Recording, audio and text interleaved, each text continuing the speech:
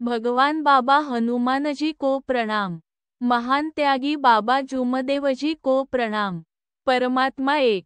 माझा अनुभव दारूच्या व्यसनाने कुटुंब ग्रासले, पण परमात्मा एक मार्गातच दुःख दूर झाले। माझे नाव वसंत कणसुजी बोडणकर आहे।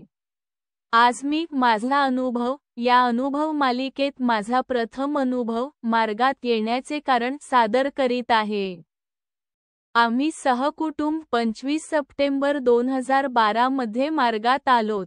मार्गात येण्याच्या अगोदर माझ्या कुटुंबात मी, माझी पत्नी, 2 मुली व 2 जुळे मुले रजत व शुभम असे एकूण 6 सदस्य होतो।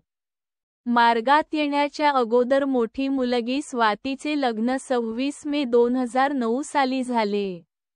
मुलगी आणि जावई दोघेही नोकरीवर आहेत। आम्ही जेव्हा मार्गात आलो त्यावेळेस आम्ही 5 सदस्य होतो। मी जिल्हा परिषद शाळेमध्ये शिक्षक या पदावर कार्यरत आहे व घरी थोडीफार शेती आहे, त्यामुळे माझी परिस्थिती थोडीफार चांगली होती। पण मार्गात येण्याआधी माझ्या वाईट व्यसनामुळे परिस्थिती वाईट झालेली होती। मला दारू पिण्याचे व्यसन होते। मी दररोज सायंकाळ झाली की दारू पिऊन घरी यायचो। त्यामुळे घरी आल्यावर माझे पत्नीसोबत कोणत्या ना कोणत्या कारणावरून भांडण होत होते। कधी कधी परिसरातील लोकांसोबत सुद्धा भांडण होत होते।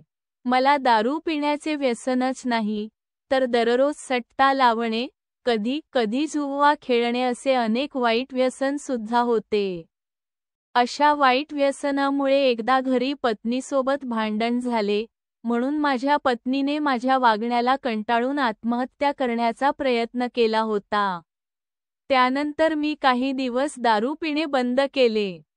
त्यानंतर एक दिवस माझी पत्नी म्हणाली की माझ्या बहिणीच्या इथे परमात्मा एक मार्ग असल्यामुळे तिचे कुटुंब सुखी व समाधानी झालेले आहे, तर आपणही या मार्गात प्रवेश करू। पण माझा या मार्गावर विश्वास बसत नव्हता, म्हणून बघू नंतर प्रवेश करू या शब्दात मी पत्नीची समजूत घालत होतो। माझ्या वाईट व्यसनामुळे मुलांचे शिक्षण कसे सुरू आहे याकडे पाहिजे तेवढे माझे लक्ष राहत नव्हते आणि माझी मुले दारू पिण्याच्या व्यसनामुळे मला घाबरत असे।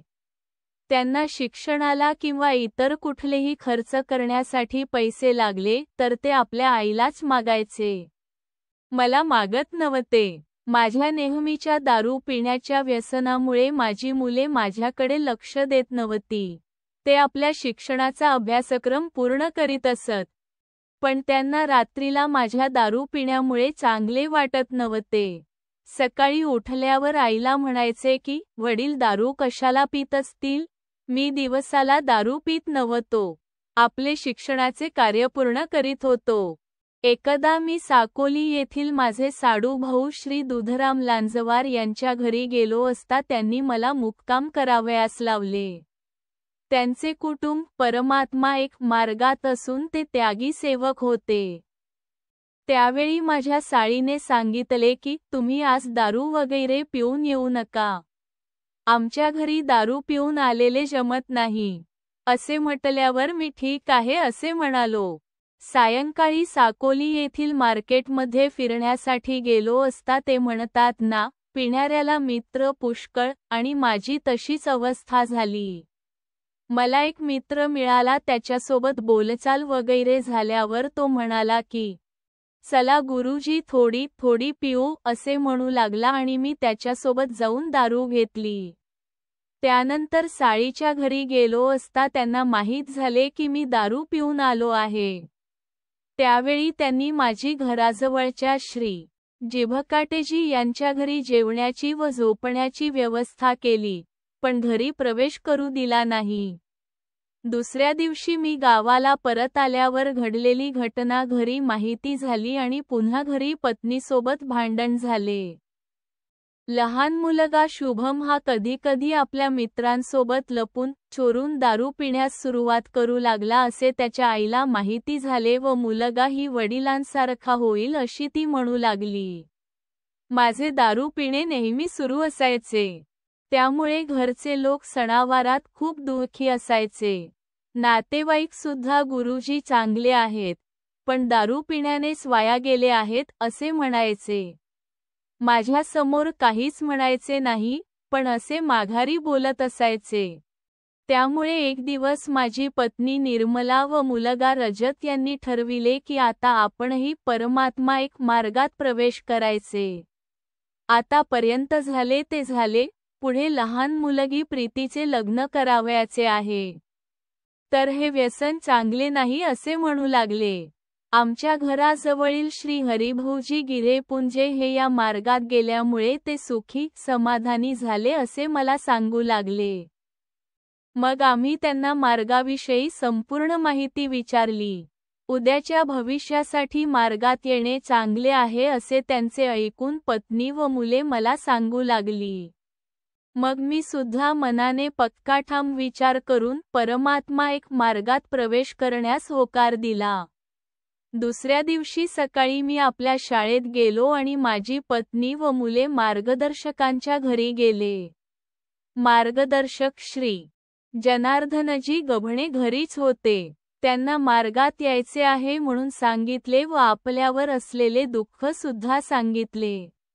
मार्गदर्शकांनी तुम्ही पक्का विचार केला काय असे विचारले व गुरुजींना याबद्दल माहिती आहे काय असे सुद्धा विचारले. मग मला फोन करून मार्गदर्शकांनी म्हटले की तुम्ही पक्का विचार केला असेल तरच मार्गात या. तर मी आता पक्का विचार केला आहे असे त्यांना सांगितले. मग मार्गदर्शकांनी मार्गाविषयी संपूर्ण माहिती व नियम समजावून सांगितले आणि दुसऱ्या दिवशी घराची संपूर्ण सफाई व घरच्या देवी देवतांच्या फोटो पूजापाठ पाण्यात विसर्जन करण्यास सांगितले आणि हे सगळे झाल्यावर परत येण्यास सांगितले. मग त्याप्रमाणे आम्ही केले व दुसऱ्या दिवशी मार्गदर्शकांकडे गेलो. तेव्हा त्यांनी प्रथम 3 दिवसांचे कार्य दिले. ते 3 दिवसांचे कार्य व्यवस्थित पार पडले आणि माझे दारू पिणे बंद झाले. पुढे 3, 7, 11, 21 याप्रमाणे आम्ही कार्य करीत होतो. माझ्या घरी सुख समाधान लाभले व माझे दारू पिणे, सट्टा लावणे, जुवा खेळणे पूर्णपणे बंद झाले. कित्येक डॉक्टरांकडून बंद होऊ शकले नाही व दारू बंद करणाऱ्या व्यक्तींकडून बंद होऊ शकले नाही. ते भगवान बाबा हनुमानजी व महानत्यागी बाबा जुमदेवजी यांच्या कृपेने बंद झाले. घरी आनंद वातावरण झाले. त्याच वर्षी माझी लहान मुलगी प्रीतीचे लग्न जुळले. जावई बुट्टीबोरी नागपूर येथील कंपनीमध्ये नोकरीवर आहेत. मोठा मुलगा राज्यात IT मध्ये इंजिनियर झालेला होता, तर त्याला नागपूर येथील IT कंपनीमध्ये नोकरी लागली. तसेच लहान मुलगा शुभम सुद्धा संजीवनी शेतकरी प्रोड्युसर कंपनी मध्ये नोकरी करीत आहे. आता भगवान बाबा हनुमानजी व महानत्यागी बाबा जुमदेवजी यांच्या कृपेने सर्व कुटुंब सुखी समाधानी आहे. लिहिण्यात काही चूक भूल झाली असेल तर भगवान बाबा हनुमानजी व महानत्यागी बाबा जुमदेवजी यांना क्षमा मागतो. नमस्कार. नाव श्री वसंत कणसुजी बोडणकर. पत्ता मु. पो. पोहरा ता. लाखनी जी. भंडारा. मार्गदर्शक श्री जनार्दन नथुजी गभणे.